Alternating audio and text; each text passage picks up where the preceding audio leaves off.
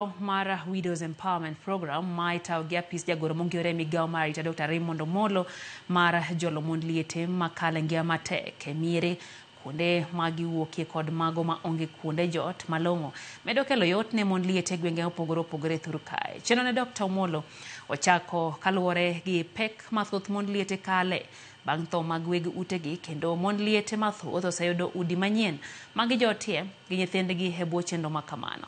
E ward ma Kanyamwa kologi kar chung'od bura mandhiwa Chiliel ma jahigni 29 Esther Chieng' ma osebedo ka odak e od dagi ma bende chal mare ok ber oyudo fuong'ruok bang' yudo ot manyien. Neno oyudo ka Esther onge ot.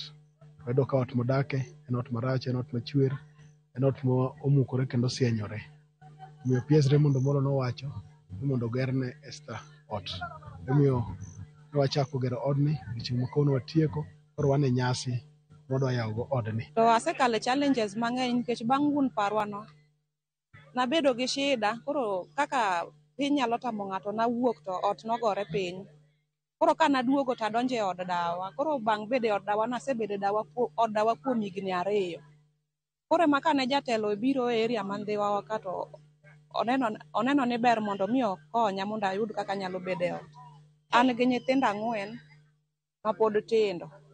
Ot ne antie ot machwer. Koro agone Nyasaye maparo ji erokamano. Wakwayo ni ka nitie kaka sirkal nyalo chwalo bade mondo mi kata ka wauso gigewa to nyithindwa bende mondo ndiki. Mokwongo adwa gone PS Raymond Omolo ma wuod Karachuonyo erokamano maduong' e Low Widows ma Kobodo Network Forum. Adieri ok osebedo maber kodwa. Osebedo ka wapitia changamoto mang'eny. To nikech ne wago dhowa piny koluwo jatendwa mar ward mar UDA kendo noyie mokelonwa Raymond Omolo manitie pesa manyicho kelonwa chien kocha kendo waluororego e grubwa kendo watimo table banking.